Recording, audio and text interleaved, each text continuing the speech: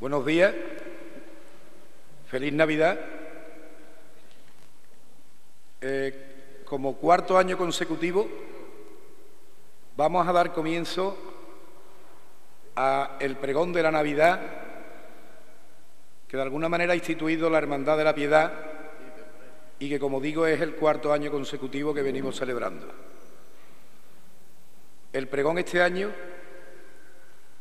como todos sabéis, es a cargo de José Enrique Caldero, persona de sobra conocida en Écija, y será presentado por nuestro pregonero del año pasado, que, como todos también conocéis, es una persona écijana, écijanista y defensora de todos los valores culturales de nuestra Andalucía y de nuestra tierra, Paco Fernández Pro, que va a ser el que va a presentar a José Enrique Caldero. Yo dejo ya los micrófonos y simplemente volveros a felicitar estas fiestas navideñas. Gracias.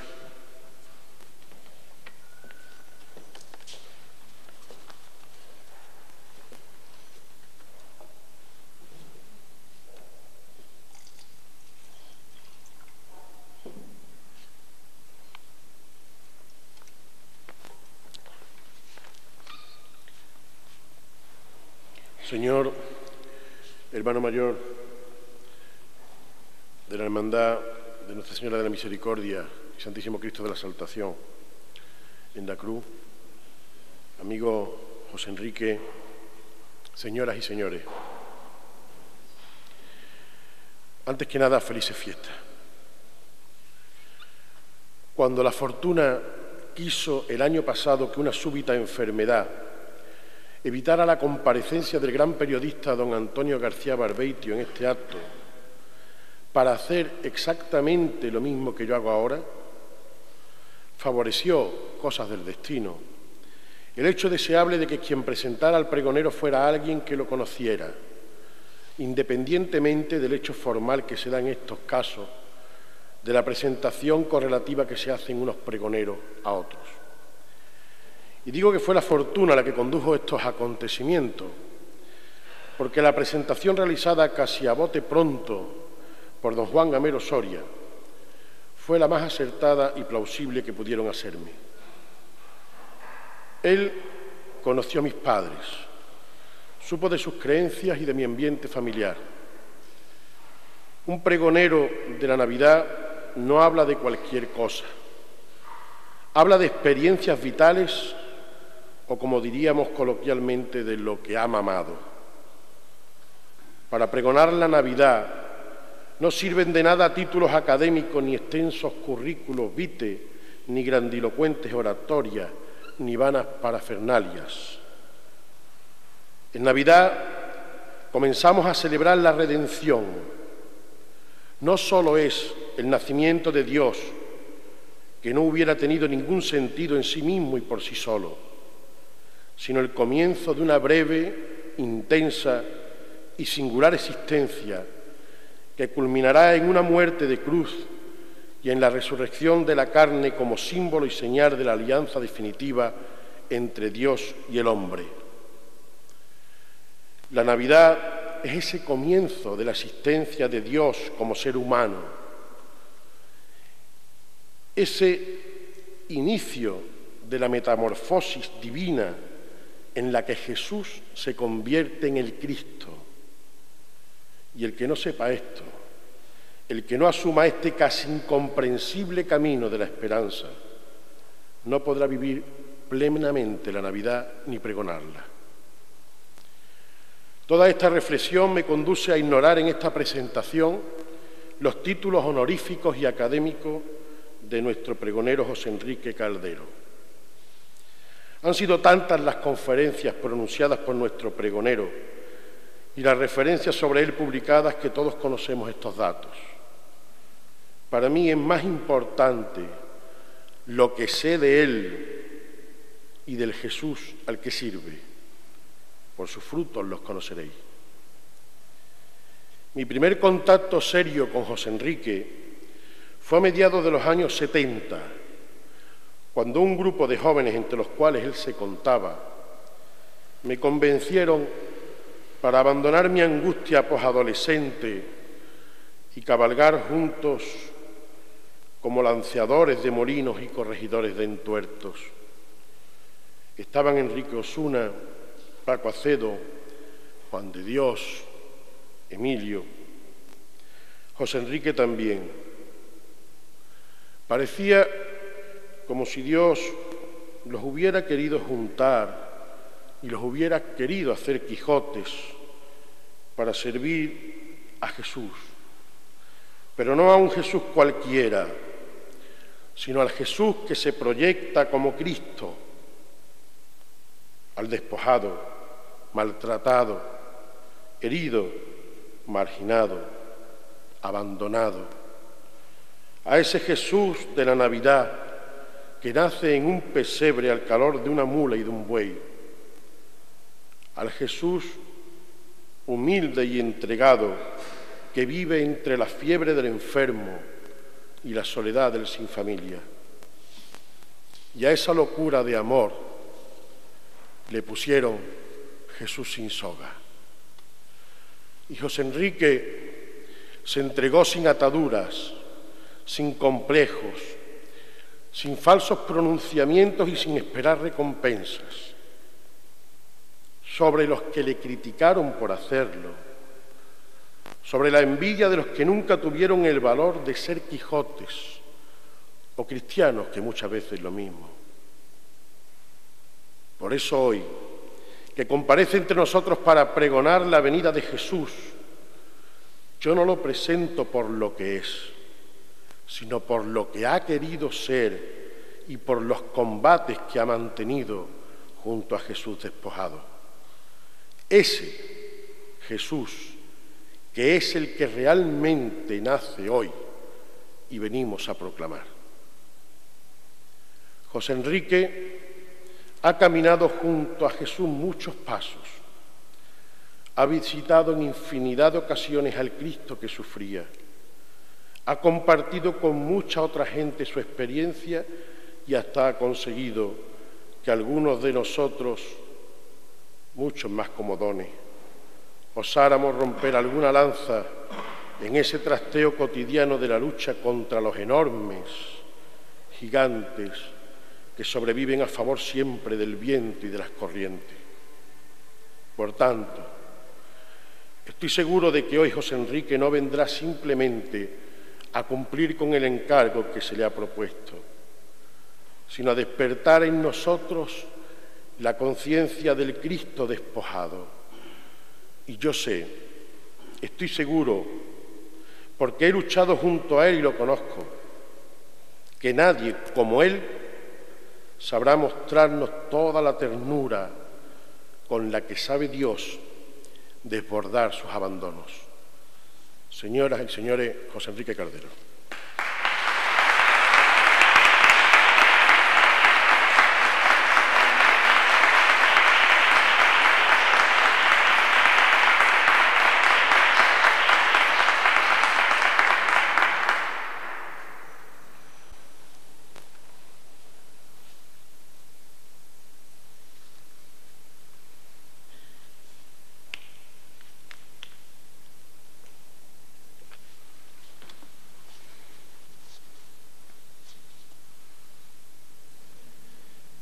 Un niño nos ha nacido,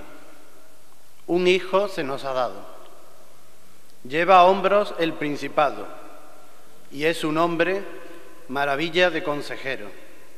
mensajero del designio divino, Padre perpetuo, príncipe de la paz. Qué hermosos son sobre los montes los pies del mensajero que anuncia la paz, que trae la buena nueva, que pregona la victoria. Os traigo la buena noticia, la gran alegría para todo el pueblo. Hoy nos ha nacido un Salvador,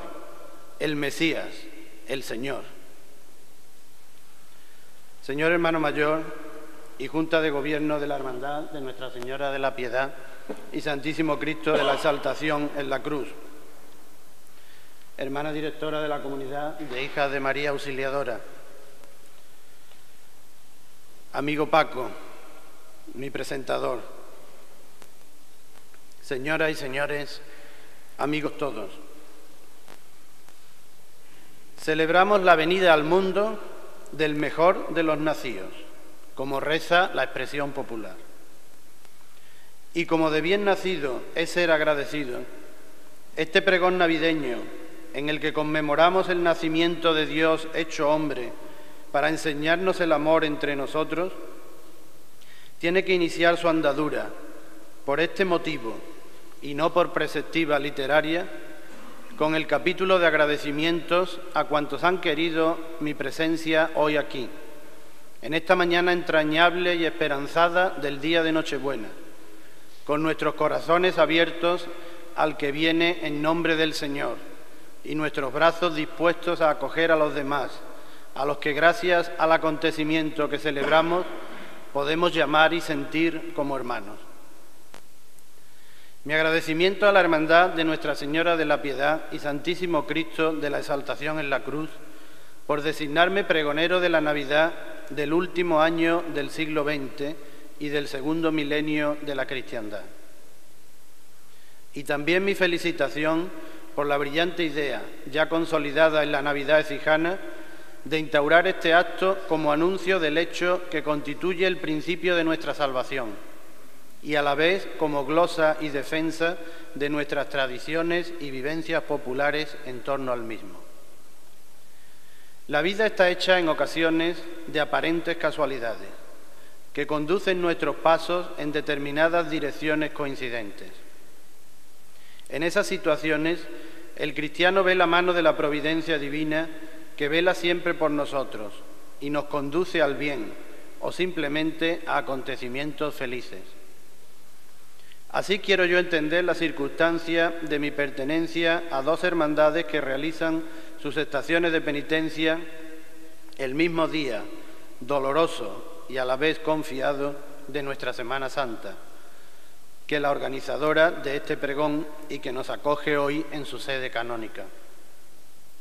Por este vínculo me siento unido a vosotros en el amor a este niño que va a nacer y que, culminando su misión salvadora, abrazará la cruz redentora, la cargará sobre sus hombros desprendiéndose de su soga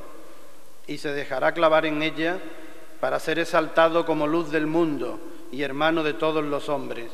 bajo la mirada de amargura, fe y piedad de su Santísima Madre María. Gratitud asimismo a mi amigo, compañero académico, hermano cofrade y vecino del barrio del Carmen, Juan Gamero, por haber sido la persona que en nombre de la Hermandad me pidió mi concurso para ser la voz anunciadora de la Navidad del año 2000. Así se continúa una relación entre él y mis intervenciones como pregonero, ya que fue mi mentor en la Semana Santa de 1984, en una designación gestada precisamente en este mismo templo, en la glosa de las 7 palabras de 1983, y mi certero y amable presentador en aquella jornada de feliz e imborrable recuerdo para mí. Mis sinceras gracias, cómo no, a la presentación que de mi persona ha realizado Francisco Fernández Pro, también amigo, también compañero de academia, también inmerso en el mundo cultural ecijano, que en sus palabras ha demostrado una vez más la amistad y aprecio que me dispensa y la larga relación que nos une en nuestras actividades. Aprovecho esta ocasión, Paco, para hacer votos porque veas cumplida un día esa aspiración tuya, largamente esperada, de la constitución en Écija de una asociación de belenistas que aúne los esfuerzos, ahora dispersos, de instituciones y particulares en la defensa y promoción de esa bella y entrañable tradición navideña tan española y andaluza. En el ánimo de cada pregonero existe un sentimiento especial que le inspira y anima en la elaboración de su canto, hacia alguna persona o personas a las que tiene muy presentes en todo el recorrido reflexivo y vivencial sobre el acontecimiento a exaltar que supone cualquier pregón. Es a esos seres cercanos, queridos e influyentes en su propia vida, a los que dedica con cariño e ilusión el resultado de sus pensamientos y expresiones. En aquella ocasión venturosa, ya recordada hace unos momentos, en que tuve la dicha de pregonar la Semana Santa de Sijana, quise dedicar mis afanes a mis padres, porque ellos, con su ejemplo diario de amor y abnegación, me habían inculcado los valores cristianos y cofrades que me permitieron afrontar aquel reto. Este pregón de Navidad quiero dedicarlo a la familia que Dios me ha concedido formar en su infinita misericordia y benevolencia, y que se compone del mismo número de miembros que la de Nazaret, a la que desde esta tribuna pido su amparo y ayuda para imitar su ejemplo de vida familiar, de amor entre esposos, de entrega de los padres a su hijo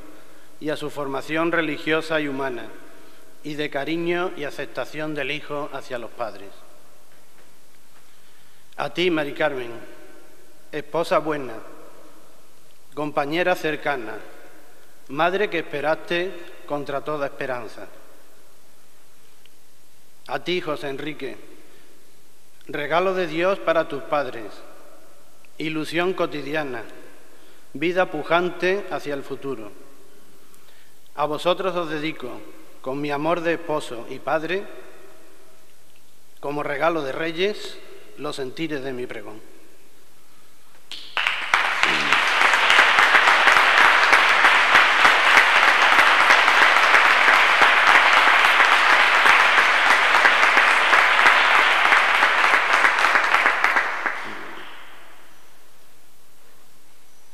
Toda fecha, conmemoración o celebración puede afrontarse con muy distinto espíritu, dependiendo de la vinculación de cada individuo, grupo o sociedad en su conjunto. Las fiestas religiosas tendrán más significado para los creyentes de una confesión determinada. Las fiestas políticas estarán vinculadas a los colectivos afines a una ideología concreta. Las civiles serán celebradas por los sectores sociales, a veces muy amplios, a los que atañen. En fin, las familiares, asociativas y personales verán reducido su ámbito a los individuos de esos entornos. La Navidad, en cambio, ha trascendido su origen primero. Ha rebasado los límites de su significación religiosa y cristiana para extenderse por todos los campos de la vida social de la mayor parte de nuestro planeta. Por tanto, puede ser entendida y vivida de muy diversas maneras según el prisma desde el que se la observe y la actitud con la que se aborde. A mi entender, estas distintas formas de acercarse a las celebraciones relacionadas con la Navidad pueden resumirse y clasificarse en tres grupos claramente diferenciados. El primero de ellos engloba a los que consideran la Navidad y todo su ciclo festivo hasta el Día de Reyes como un periodo vacacional más o menos amplio según la dedicación laboral y la disponibilidad personal. Unos festejos profanos que facilitan la diversión. Un periodo entregado a los placeres materiales y al lujo, simbolizados en la comida, la bebida y el vestir desmesurados. Un tiempo de consumismo innecesario, sobre pretexto de seguir la norma general y amparándose en la supuesta generosidad de los regalos. Una fecha propicia para las relaciones sociales dentro de los círculos en los que se desenvuelve la vida habitual, con una frenética circulación de felicitaciones escritas y saludos protocolarios. En la prensa, la radio y la televisión, en las vallas publicitarias y los escaparates, se nos bombardea con anuncios de múltiples productos, con los que, llegando al extremo de la osadía, se identifica el espíritu de la Navidad. El espíritu de la Navidad en unos alimentos o unas bebidas, el espíritu de la Navidad en lujosas fiestas, el espíritu de la Navidad en el despilfarro más injustificado, el espíritu de la Navidad en comprar y poseer más que nuestros amigos y vecinos, el espíritu de la Navidad en olvidar el motivo central y único por el que celebramos estas fiestas, el espíritu de la Navidad en reducir el amor y la ayuda a nuestros hermanos a unas horas y a unas bonitas palabras? Existe un segundo grupo que abarca a las personas que viven la Navidad y el ambiente que la rodea como motivo para la reunión familiar que no se hace o no es posible hacer en otras épocas del año, como ocasión para unirse más a unos amigos que trata habitualmente o solo ve de vez en cuando, como días especiales para una convivencia más profunda con los compañeros de trabajo o profesión, sin las tensiones de la actividad diaria, como situación ideal para expresar los buenos deseos de paz, dicha y progreso para todos, e incluso para practicar o reforzar la solidaridad filantrópica hacia las gentes y países más desfavorecidos. Son buenas actitudes si son asumidas con sinceridad y propósito de duración y transformación de vida, pero a menudo caen en la superficialidad, en el voluntarismo y en el remedio momentáneo de unas necesidades cercanas o lejanas. Considero que en el tercero de los grupos mencionados debemos incluirnos los creyentes cristianos, los que tenemos que vivir cada año la experiencia de la Navidad como una fiesta religiosa, en su auténtico sentido de conmemoración del nacimiento de Dios hecho hombre para la redención y salvación del mundo y de cada uno de nosotros en particular. Como consecuencia de este convencimiento interior, practicaremos la caridad fraterna en nuestros ámbitos próximos y hacia todos los demás, y las actuaciones concretas, auténticas y surgidas del amor cristiano con los que precisen que compartamos con ellos los bienes materiales y, lo que es más importante, la entrega desinteresada, la disponibilidad personal, la cercanía generosa. En contraposición al falso espíritu navideño ya comentado, sentiremos el verdadero y dulce espíritu de la Navidad en la vivencia del Adviento, que hoy termina, como una preparación para recibir a Jesús entre nosotros, como María lo esperó durante 9 meses. El espíritu de la Navidad es poner en medio de nuestra reunión familiar o de amigos a Jesús, María y José, amarnos en esos momentos y hacer propósito de vivir en esa actitud durante todo el año. El espíritu de la Navidad es unirnos a nuestros hermanos en la Eucaristía de la Nochebuena o del día de Navidad, para renovar nuestras fuerzas en el camino que Jesús inició aquel 25 de diciembre. El espíritu de la Navidad es estar dispuesto a acudir siempre al lado del hermano que nos necesita, porque tiene hambre, sed, está desnudo o se encuentra prisionero en la cárcel de la soledad y el abandono. El espíritu de la Navidad es recibir con el corazón abierto y lleno de alegría la buena noticia, porque un niño nos ha nacido, un Dios se nos ha dado. A menudo utilizamos la expresión Navidades para referirnos al conjunto de fiestas y celebraciones que abarcan desde el día de Nochebuena hasta el de Reyes, incluyendo Nochevieja y Año Nuevo. Yo he querido trasladar esa división temporal a mi pregón, pero siendo fiel al sentido cristiano de esta fiesta que he defendido antes, he tomado como base para glosar y exaltar estos días de especial significado el ciclo litúrgico de Navidad, que la Iglesia propone a nuestra reflexión y celebración cada año.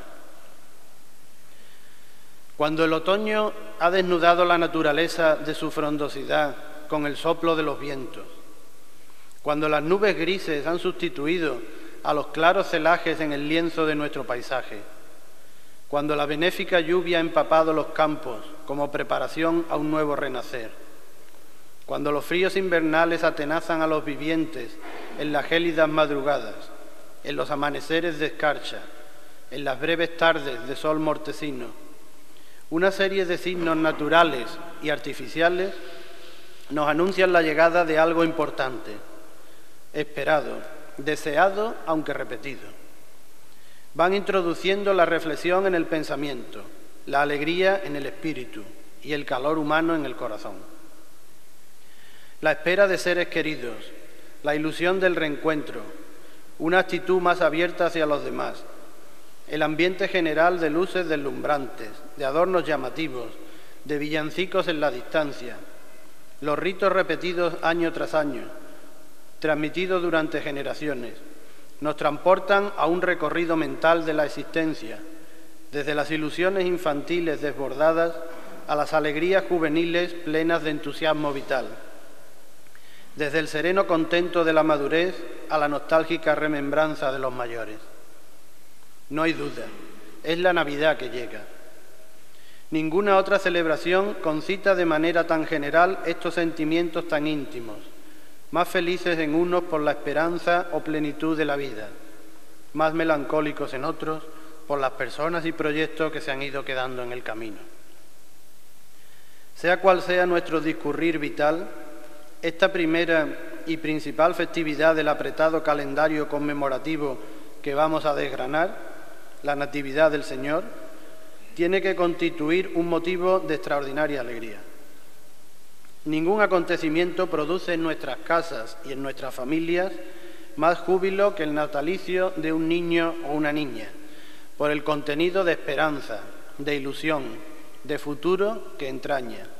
por la posibilidad de renovación de la vida del mundo que esa criatura supone. Estas expectativas, confirmadas por el convencimiento de la fe, tienen que sublimarse cuando el niño que nace es el mismo Dios que viene a compartir nuestra humanidad para que nosotros tengamos la oportunidad de alcanzar su divinidad. La Navidad para el cristiano es un nacer y renacer a una vida nueva que nos ofrece y nos trae el mismo Dios por medio de su Hijo, hecho hombre por amor, para que, olvidando la pasada existencia sometida por el pecado, hagamos efectiva la conversión necesaria para recibir en nosotros al que alumbró la salvación sobre el mundo. El Señor ha querido parecerse al hombre en todo menos en el pecado. Imitémosle, pues, y recorramos desde la Navidad el camino que nos abrió con su primera venida. No convirtamos la Navidad en una fiesta nostálgica y a veces triste, porque nos falten los elementos que consideremos imprescindibles para la felicidad. La única presencia indispensable en esta celebración es la de ese niño, y a él lo tenemos cada año para proporcionarnos el inmenso gozo de sentirnos salvados por su amor. El entorno satisfactorio de la persona se compone no solo de aspectos espirituales y trascendentes, sino también y en gran medida de circunstancias materiales y humanas. Por esa razón, el pregonero quiere abordar la rememoración de su propia Navidad familiar, varada en las orillas del recuerdo. Una Navidad vivida juntamente por 3 generaciones que habitaban el domicilio familiar, desde los abuelos a los nietos, pasando por los padres y los tíos. Una Navidad de preparativos culinarios, de apertura de la primera caja de polvorones, de vacaciones escolares recién estrenadas, de cena de Nochebuena con la mesa de los mayores y la mesita de los pequeños, de canto de villancicos y sonido de panderetas, de ilusión por trasnochar, de personaje de fábula en la Nochevieja, que comprobaba el nivel de cumplimiento de nuestro apetito, de impaciencia insufrible en la espera de los Reyes Magos, de duermevela nerviosa en la noche mágica, de explosión incontenida ante la vista de los deseados juguetes, y como final, una desazón teñida de incertidumbre por la conclusión de las fiestas y la vuelta al colegio. Pero sobre todo la Navidad de niño era el nacimiento, como siempre se ha llamado al Belén. Su preparación y montaje ocupaban varias jornadas y movilizaban a muchos miembros de la familia, encargándose cada uno de un cometido, ya que la amplitud de las antiguas viviendas permitía abarcar un amplio espacio. Había que acopiar lentiscos y otros materiales arbustivos y hierba con su base de tierra, lo que originaba excursiones a los campos cercanos, provistos de instrumentos domésticos para la recolección, y esto daba lugar a la convivencia y a la diversión familiar. Había que adquirir en las antiguas cantarerías el barro necesario para diversas labores, solicitar en las carpinterías el serrín para señalar caminos y lindes, acarrear de alguna obra próxima la arena y las piedrecitas para los campos, peregrinar a la desaparecida estación del tren para recoger de las vías el carbón petrificado que arrojaban las locomotoras de vapor, o conseguirlo en las fraguas de las herrerías para levantar montañas y riscos. Rescatar de la vieja alacena los preciados paneles de corcho que se conservaban de un año a otro y buscar el papel de plata o transparente que daba realismo a las aguas del río. Pues entonces no se compraba casi ninguno de los elementos necesarios para hacer el nacimiento y había que buscarlos o inventarlos con diferentes materiales al alcance de la mano. Los mayores acometían las tareas más complicadas, como la estructura efímera de aquel laberinto de maderas de muy distinto origen y tamaño, o la precaria instalación eléctrica. Y a los pequeños nos quedaba el gozo de echar la arena y el serrín, de mancharnos las manos de barro, para ir dando forma a ese trozo de Palestina en miniatura, donde diacrónicamente se recreaba una naturaleza probablemente muy alejada de la realidad, y unas actividades humanas desarrolladas en pueblos, campos, huertas, casas muy parecidos a los nuestros, por estar inmersos en la misma cultura mediterránea. El momento más esperado de todo este proceso ilusionante era la apertura del arca de madera y las cajas de cartón, donde las figuras del nacimiento despertaban de su sueño anual, para incorporarse a nuestras vidas por unos días fugaces. Entre exclamaciones de júbilo, advertencias de prudencia y rivalidad por coger y colocar aquellas figuritas de barro que cada año se veían incrementadas para poblar el universo belenístico, se iban desarrollando los actos finales de un auténtico auto sacramental de la venida de Dios al mundo, en un escenario forjado por la alegría de los niños y la dedicación de los mayores, en el que reyes, pastores, labradores, artesanos y animales, bajo la mirada atónita y amorosa de María y José, alaban al divino niño cantando: «Gloria a Dios en las alturas». No puedo ni quiero desaprovechar esta ocasión del pregón de Navidad para reivindicar y defender a ultranza la pervivencia y el aumento de nuestros nacimientos como expresión de la forma de entender, sentir y vivir la Navidad que nos singulariza. Cada pueblo, cada cultura tienen unos símbolos particulares que los definen y forman parte de su bagaje vivencial auténtico, pero que no deben extrapolarse a otros ámbitos de diferentes rasgos etnológicos y mucho menos suplantar y destruir las tradiciones de los mismos. Los medios publicitarios y de comunicación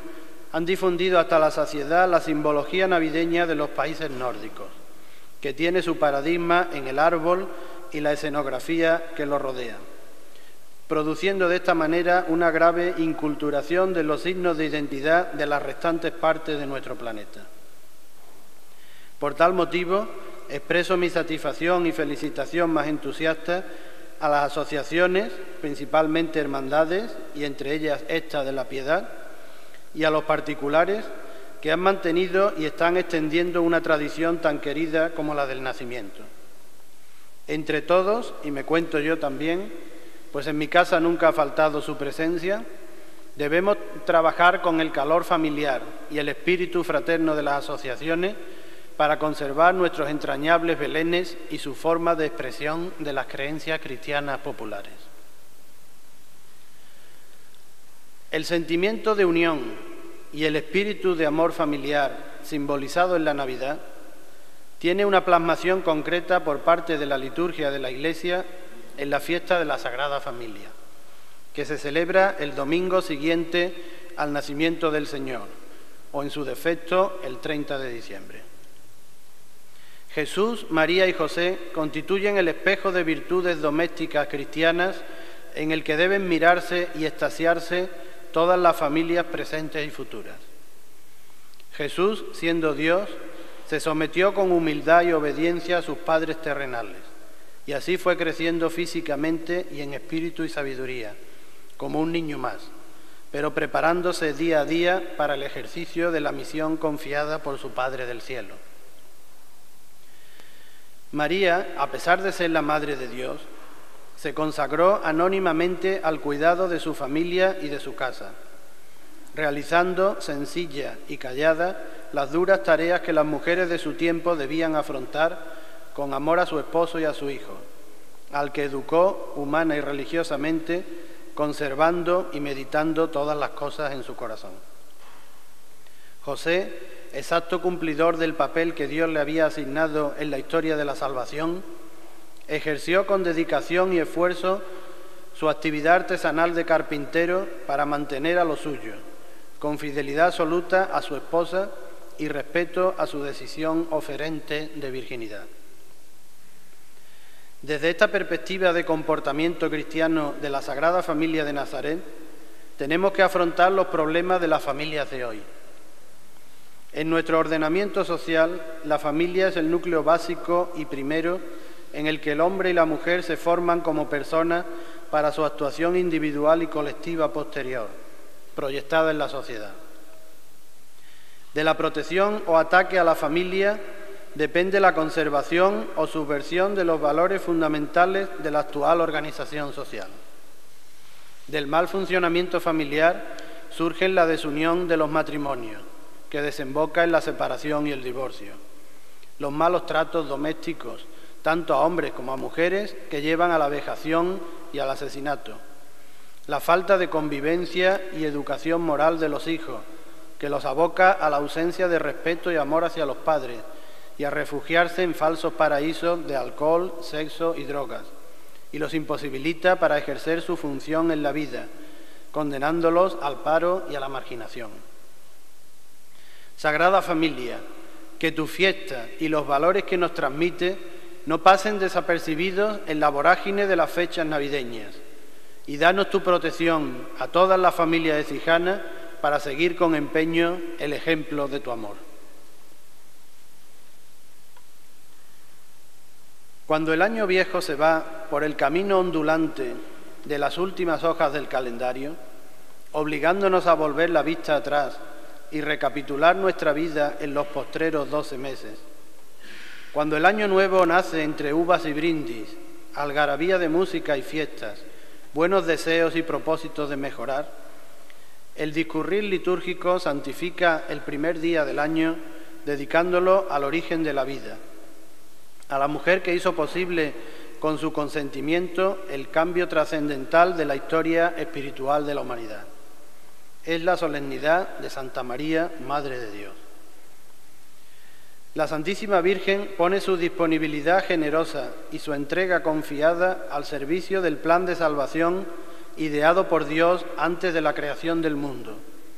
y acepta su maternidad a pesar de su promesa de virginidad y consagración al Señor. A diferencia de muchas mujeres de hoy, que niegan a sus hijos el derecho a disfrutar de la vida que ellas mismas han formado en su seno, María siente una enorme alegría por su hijo, cuando al fin lo mece en sus brazos y contempla, cumplida, la promesa del ángel en la Anunciación. Ya es la Madre de Dios. Al poco rato, alertados por un enviado del cielo, llegan los primeros adoradores de Jesús, los pastores que dormían pobremente a la intemperie, la compañía preferida del Dios hecho hombre, los humildes, los débiles. Más tarde, el reconocimiento y la adoración por parte de los sabios, de los representantes del pueblo gentil, de nosotros mismos, que también estábamos destinados a la redención, de los magos que ofrecen al niño ricos presentes, que se unen a los sencillos obsequios de los pastores. María, como cualquier madre, se sentía orgullosa al observar cómo aquellas personas venían a rendir pleitesía a su hijo, satisfecha por ver a la criatura en el pesebre, jugueteando o durmiendo con placidez. La Virgen no es soberbia, no se engríe, no pide privilegios, no quiere ser el centro de aquella escena, no desea hacer alarde de su categoría de Madre del Señor, y se retira a un rincón del portal de Belén, contemplando a cierta distancia el comienzo del reinado de Jesús en el mundo, dejándole el lugar de honor que le corresponde. En su silencio contemplativo va guardando estas cosas meditándolas en su corazón, como en un libro de su vida, que tendrá páginas de alegría y capítulos de inmenso dolor, ya vislumbrados por María en el momento del nacimiento del Redentor. Dios no hace acepción de personas. Este principio lo aplica desde los primeros instantes de su manifestación al mundo en carne mortal. Jesús no vino a salvar solo al pueblo judío, heredero de las promesas bíblicas, sino a toda nación, raza o lengua. Ese es el espíritu profundo de la última solemnidad del tiempo de Navidad, la Epifanía o manifestación del Señor. Esta significación de igualdad entre todos los hombres y mujeres tiene que expresarse de forma coherente en el acontecer diario de los cristianos, en la vida familiar, con el amor y respeto a todos sus miembros, en la vida laboral, con la responsabilidad y la colaboración de superiores y compañeros, en la vida social, con la honradez, afabilidad y participación conjunta para el bien común, en la vida personal, con la coherencia de nuestras actuaciones y nuestras creencias y convicciones, para ser verdaderos testigos de Cristo, que se manifestó y entregó a todos por igual.